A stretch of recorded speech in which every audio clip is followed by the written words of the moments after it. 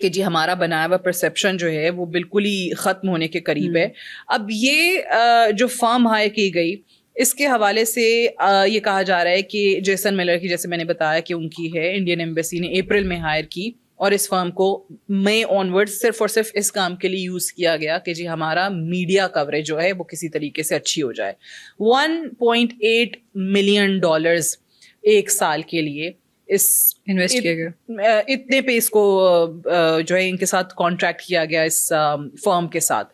اب ان کی جو 1.8 ملین کی جو انویسٹمنٹ ہے نا وہ بالکل ہی ناکام ہو چکی ہے, وہ ضائع ہو چکی ہے, کیونکہ جتنی تمام تر انہوں نے کوششیں کی, نہ وہ میٹنگز ہو سکیں جو یہ کروانا چاہتے تھے, نہ ہی وہ آپریشن سندور یا پاکستان اور بھارت جنگ کو لے کے وہ جو پرسیپشن تھا وہ ان کا بہتر ہو سکا.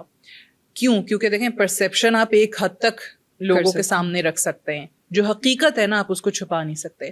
اب جب حقیقت زیادہ اسٹرانگ ہو کے لوگوں کے سامنے آئی اور US میڈیا نے بھی اس طریقے سے پہلی بار میں کہتی ہوں کہ جی پاکستان کے موقف کو درست ثابت کیا, کیونکہ اس کے علاوہ کوئی آپشن تھا نہیں, ان کو نظر آ رہا تھا کہ اس جنگ میں پاکستان کی کیا پوزیشن ہے اور بھارت کی کیا پوزیشن ہے.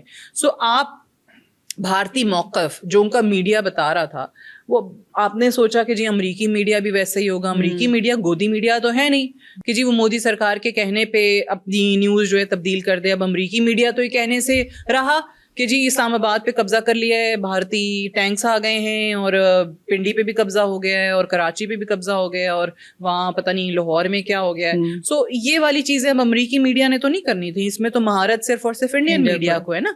تو وہ چیز اب ان کی ساری کی ساری فلاپ ہو گئی, وہ انویسٹمنٹ بھی ان کی فلاپ ہو گئی $1.8 ملین پر ایئر. اچھا اس کے بعد مزے کی بات ہے کہ آپ کو پتا ہے کہ ٹریڈ کا بھی ان کا بڑا ایک ایشو چل رہا ہے, ٹریڈ ڈیل نہیں ہو رہی ہے یونائٹیڈ اسٹیٹس کے ساتھ. پھر پچھلے سال اگست 2025 میں انہوں نے ایک اور فرم ہائر کی ہے. اچھا اب یہ جو فرم ہے نا یہ مرکری پبلک افیئرز ہیں. 15 اگست کو ان کے ساتھ ان کا یہ کانٹریکٹ شروع ہوا ہے, منتھلی ریٹینر $75,000 کے اوپر, اور یہ بھی فارن ایجنٹ رجسٹریشن فائلنگس کے تحت ایمبیسی آف انڈیا نے ان کو ہائر کیا ہے. اب ان کو جو کام دیا گیا نا وہ یہ دیا گیا ہے کہ جناب یہ جو انڈین ٹیرف ایشو بنا ہوا ہے نا اس میں کسی طریقے سے ہماری ہیلپ کریں اور ہماری پرسیپشن بہتر کریں تاکہ US ایڈمنسٹریشن جو ہے وہ ہمیں ٹریڈ ڈیل دے سکے. ٹھیک ہے, تو اب دیکھتے ہیں یہ والی انویسٹمنٹ جو کی ہے یہ کتنی کامیاب ہوتی ہے. اچھا یہاں پہ میرا سوال ہے کہ انڈین میڈیا میں اتنی ہمت کہاں سے آئی کہ مودی سرکار کے خلاف اس قسم کی رپورٹس کو شائع کریں؟ دیکھیں اب تو آ رہی ہے ہمت. اب تو دی ہندو کی ہی رپورٹ تھی نا جو ہم نے سال کے اختتام پہ دیکھی ہے, جس میں وہ بھارت کی سفارتی ناکامیوں کا بتا رہے ہیں. اور سہاسنی حیدر وہاں پہ نا جو تھوڑے سے صحافی بچے ہیں جن کے حوالے سے کہا جاتا ہے کہ تھوڑے سے سین وائسز میں شمار ہوتا ہے اور کبھی کبھی نیوٹرل بھی آپ کو نظر آتے ہیں تو ان کا شمار ہوتا ہے. میری ان سے ملاقات ہوئی تھی شرم الشیخ میں, ایک بہت مشہور ہمارا جب وہ معاہدہ ہوا تھا جس پہ انڈین میڈیا کو بہت ڈانٹ ڈپٹ بھی ہوئی تھی اور انڈین حکومت کو بھی بہت زیادہ سننا پڑا تھا کہ جی آپ پاکستان کے ساتھ اگری کر کے آ گئے. سو اینی وے دیکھیں آپ کتنا چھپائیں گے. اب یہ جو فارا فائلنگز کی بات ہو رہی ہے نا اس فرم نے سبمٹ کرنا ہی کرنا ہے, اپنے ڈپارٹمنٹ آف جسٹس کو بتانا ہی بتانا ہے کہ بھائی پچھلے سال میں نے کہاں کہاں کس کس کے لیے کیا کام کیا, کتنے میں مجھے ہائر کیا گیا, میرا ایجنڈا کیا تھا, اس نے وہ کرنا ہے. اس پہ اب وہ لازم ہے, قانونی طور پہ وہ اس چیز کا پابند ہے کہ وہ فورن ایکٹ رجسٹریشن جو ان کا ہے فورن ایجنسی رجسٹریشن ایکٹ ہے اس کے تحت اس نے وہ انفارمیشن ان کو پرووائڈ کرنی ہے. اچھا اب دی ہندو نہیں لکھے گا یا انڈیا کا کوئی اور اخبار نہیں لکھے گا, کوئی اور ویب سائٹ یا اسٹوری نہیں ڈالے گا تو بھائی باہر سے آ جائے گی. اب وہ جو ان کا میڈیا US میڈیا جن اسٹوریز کو پک کر رہا ہے, جن اسٹوریز کے حوالے سے خود رپورٹس US میڈیا کے اندر شائع ہو رہی ہیں, جے رام رمیش جیسا آپ کا کوئی اپوزیشن کا بندہ اٹھ کے بات کر لے گا, اس پہ سوال کر لے گا, اسٹوری پھر بھی بن جائے گی اگر آپ کے کانگریس میں سے کوئی بات کرتا ہے. سو یہ چیزیں آپ چھپا نہیں سکتے. سو ہمت اور جرت نہ بھی ہو, پابندیاں لگنے کا ڈر بھی ہو, جیسے زیادہ خوف آج کل ہے. آپ دیکھ لیں کتنی سین وائسز ہیں, آپ کو کوئی کام کی بات کرنے والا بندہ وہاں پہ نظر ہی نہیں آتا. وہ آپ کو لگتا ہے کہ پتہ نہیں گھروں سے کیا کھا کے آتے ہیں وہ جو میڈیا پہ تبصرے دے رہے ہوتے ہیں, اور خاص طور سے پاکستان کی جب بات ہو رہی ہوتی تو ایسے منہ سے آگ برسا رہے ہوتے ہیں. اور یہ اس مئی کی جنگ میں ہم نے دیکھا, تھرو آؤٹ ہم نے یہی دیکھا, سارے چینلز ان کے یہی کام کر رہے تھے پاگل ہوئے ہوئے تھے چیخ چیخ کے. ان کو لگتا تھا کہ ہم جتنا زیادہ چیخیں گے نا ہماری فورسز اتنا پاکستان پہ قبضہ کر لیں گی. تو وہ حقیقت فرق تھی. ان کا چیخنا بھی کام نہیں آیا, ان کے رافیل جہاز بھی کام نہیں آئے, ان کا روسی ڈیفینس سسٹم بھی کام نہیں آیا. تو بس پھر آپ کتنا چھپائیں اس چیز کو. اچھا, نئے ورلڈ آرڈر میں جہاں پہ رشیا, امریکہ اور چائنا اہم ممالک ہیں, یہاں پہ انڈیا کہاں پہ اسٹینڈ کرتا ہے؟ دیکھیں, یہ شاید میں نے پچھلے دنوں بھی بات کی تھی کہ انڈیا اب ان ممالک میں شمار ہو چکا ہے جو کہ سیکنڈری پلیئرز ہیں. ٹھیک ہے, پرائمری پلیئرز میں نہیں ہے. اب وہ ٹائم گزر گیا ہے کہ جب انڈیا کو یہ خواب دکھائے جاتے تھے کہ آپ جو ہیں وہ ریجنل نیٹ سیکیورٹی پرووائڈر ہیں, اسٹیبلائزر ہیں. اب وہ مئی میں نا سارے کا سارا جو زوم تھا, جو گمان تھا, جو غرور تھا, وہ ٹوٹ چکا ہے. اب آپ لوگوں کو بتا چکے ہیں کہ جی آپ پہ انویسٹمنٹ کر کے انہوں نے دیگر ممالک نے غلطی کی ہے. اب آپ کے پاس امریکہ سے ٹریڈ ڈیل حاصل کرنے کی کوئی صورت نہیں بن رہی ہے. رشین پریزیڈنٹ آتے ہیں آپ کے ملک جہاں پہ آپ کو بڑا ایک وہ فخر تھا کہ جناب ہمارے روس سے دفاعی تعلقات ہمیشہ سے بڑے مضبوط ہیں, ہم اپنی دفاعی ضروریات انہیں سے پورے کرتے آئے ہیں, اور بڑا تاریخی دورہ ہونے جا رہا ہے پریزیڈنٹ پوٹن کا, اور ڈیفینیٹلی کچھ نہ کچھ ہو جائے گا. کچھ بھی نہیں ہوا. اگر آپ دیکھیں نا تو جتنا obviously ایک ہائپ تھی, and it was in fact a huge news, a huge story, لیکن اس میں سے نکلا کیا؟ کچھ بھی نہیں نکلا. نہ آپ کو آئل کے معاملے میں کوئی کلیرٹی آئی, نہ ہی آپ کو کوئی ڈیفینس ڈیل انہوں نے دی. انہوں نے کہا بھائی آئل خریدو گے, جاری رکھو گے, آئل خریدنا بڑھاؤ گے تو پھر ہم اسلحہ بھی دیتے جائیں گے. امریکہ کیا کہتا ہے, روس سے اسلحہ خریدنا بند کر دو, ہم سے اسلحہ خریدو. اور وہ ان کے لیے پاسبل نہیں ہے. ٹھیک ہے, ان کی اپنے جو دفاعی انڈسٹری کو اور دفاعی ضروریات کو جو انڈیا کی ہیں ان کو سمجھنے والے لوگ ہیں, وہ یہ بات کرتے ہیں کہ جی ہمارے لیے ٹیکنالوجی شفٹ اس طریقے سے آسان نہیں ہوگا. اب آپ کے نہ وہ تعلقات جو ہے نا, اب وہ والی سٹیج آ گئی ہے کہ آپ کو یو ایس نے کہا ہے کہ آپ کے پاس آپشن ہے کہ یا تو یو ایس کی طرف آئیں یا آپ روس کی طرف جائیں. انڈیا یہ سمجھتا ہے کہ جو ہماری ہمیشہ سے جو نان الائنمنٹ پالیسی رہی ہے نا, ہم اس کو کسی نہ کسی طریقے سے کنٹینیو کر سکتے ہیں.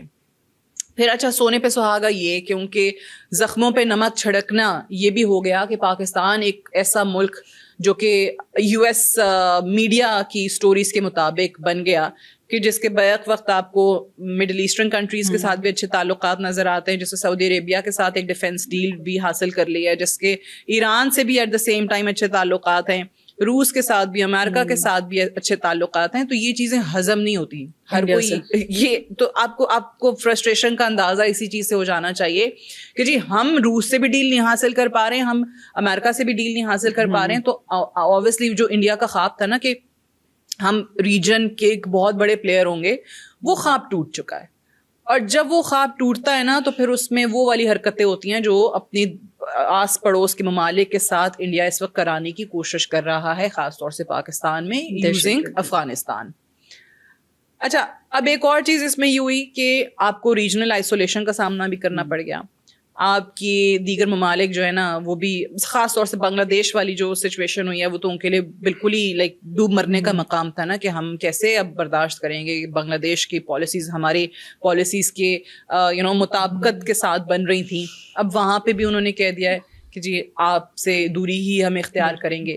سری لنکا دور ہے, پاکستان ویسے ہی آپ کے ساتھ جو ہے نا وہ ہماری جنگیں ہو چکی ہیں, افغانستان صرف کھڑا ہوا ہے. کب تک آپ صرف افغانستان کے بلبوتے پہ اس ریجنل پلیئر بننے کے یا لیڈر بننے کے خواب دیکھ سکتے ہیں؟ پریزیڈنٹ ٹرمپ آپ کو ہر موقع ملتا ہے تو وہ بے عزت کرتے ہیں آپ کو کہ جی آپ کی تو عسکری طاقت اتنی تھی کہ پاکستان نے آپ کے رافیل جہاز گرا دیے. روس آپ کے ساتھ نہیں آ رہا ہے. سعودی عرب نے پاکستان کے ساتھ ڈیل کر لی, وہ ایک اور منہ پہ تھپڑ رسید کر دیا آپ کو. تو آپ کون سی چیزیں ایسی ہیں جو کہ چھپائیں گے دنیا سے؟ اور یہ ایک لمبی فہرست ہے کہ آپ کو ہزیمت کا سامنا جو آج کرنا پڑ رہا ہے وہ آنے والے دنوں میں اس میں اضافہ ہی ہوگا. دیکھیں, ریجن کے اندر بھی اگر آپ چاہیں نا, آپ اپنے دوست تبدیل کر سکتے ہیں, لیکن آپ اپنے پڑوسی, اپنے ہمسایہ تبدیل نہیں کر سکتے, آپ کے نیبرز تبدیل نہیں ہو سکتے. یہ چیز انڈیا کو سمجھ نہیں آ رہی ہے. انڈیا نے کو ایگزسٹ کرنا نہیں سیکھا کہ آپ اپنے ارد گرد کے لوگوں کے ساتھ, ممالک کے ساتھ اچھے تعلقات, اچھے ریلیشنز بنائیں. اور اگر آپ کہتے ہی ہیں خود کو بڑا دیش, تو پھر بڑا ہونے کا ثبوت بھی دیں. نہ کہ ایسی چھوٹی چھوٹی حرکتیں کریں جو کہ آپ ریجن میں بڑے عرصے سے کرتے آ رہے ہیں لیکن آپ کامیابی سے چھپے ہوئے تھے, بٹ اب نہیں, اب آپ ایکسپوز ہو رہے ہیں اور ہر کوئی آپ کی نفرت والی پالیسی کی وجہ سے آپ سے دوری اختیار. Thank you for being here. آج کے لیے اتنا ہی. See you in the next episode. اللہ حافظ.